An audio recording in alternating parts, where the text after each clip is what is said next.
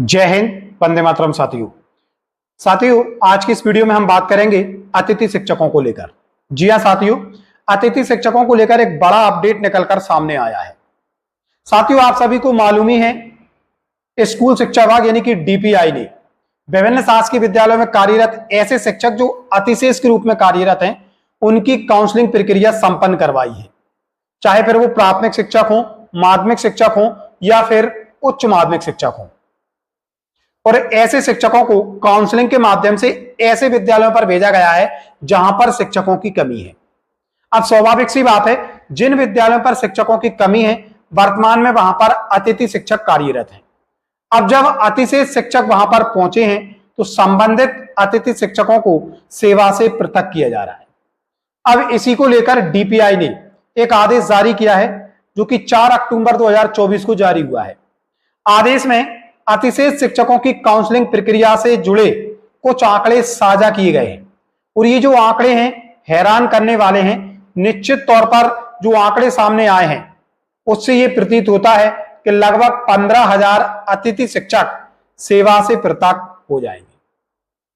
DPI के आंकड़ों की यदि माने तो प्राथमिक शिक्षक, ऐसे प्राथमिक शिक्षक जो विभिन्न विद्यालयों पर अतिशेष के रूप में कार्यरत थे, 10,015 शिक्षकों ने काउंसलिंग में हिस्सा लिया और उन्होंने उन विद्यालयों का चयन किया जहां शिक्षकों की कमी थी। यह एक बड़ा आंकड़ा है। तो निश्चित तौर पर ऐसे अतिथि शिक्षक जो वर्ग 3 में कार्यरत हैं, लगभग 10,000 अतिथि शिक्षक प्रभावित होंगे, क्योंकि 10,000 शिक्षकों ने काउंसलिंग के माध्यम से स्कूलों का चयन किया है। तो 10,000 वर्ग 3 के अतिथि शिक्षकों को सेवा से पृथक अब कर दिया जाएगा। वहीं बात करें माध्यमिक शिक्षकों की, तो 4,136 माध्यमिक शिक्षक ऐसे हैं जो अतिशेष के रूप में कार्यरत थे, जिन्हें काउंसलिंग के माध्यम से नवीन पदस्थापना दी गई है और वह अब विभिन्न विद्यालयों पर अपनी पदस्थापना लेंगे और वहां जो कार्यरत अतिथि शिक्षक हैं उन्हें सेवा से पृथक कर दिया जाएगा। बात करें उच्च माध्यमिक शिक्षकों की, तो 1,191 यानी कि लगभग 1,200 अतिथि जो उच्च माध्यमिक शिक्षक हैं उन्होंने नवीन विद्यालयों का चयन किया है जो अतिशेष के रूप में कार्यरत थे। अब वह उन विद्यालयों पर पदस्थापना लेंगे और उन विद्यालयों पर जो पदस्थ अतिथि शिक्षक हैं उन्हें सेवा से पृथक कर दिया जाएगा। ओवरऑल अगर तीनों संवर्गों का आंकड़ा देखें तो 15,342 ये आंकड़ा निकलकर सामने आता है।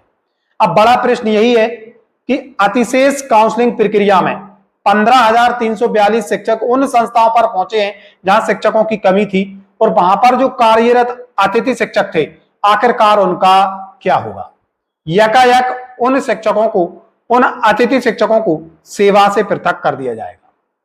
साथियों, 10 सितंबर को जो प्रदर्शन वो राजधानी भोपाल में आयोजित हुआ था, उसमें विभागीय मंत्री और विभागीय अधिकारियों ने अतिथि शिक्षक संघ के जो पदाधिकारी हैं उनके साथ मिलकर बैठक में इस बात पर सहमति बनी थी कि हम अनुबंध आदेश जल्द ही जारी कर देंगे।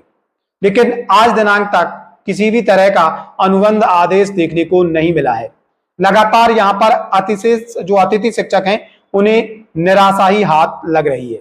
यदि तय समय पर अनुबंध आदेश जारी हो जाता तो ये जो 15,000 अतिथि शिक्षक साथी हैं इन्हें सेवा से पृथक नहीं होना पड़ता और ये लगातार सत्रांत तक अपनी सेवाएं दे पाते।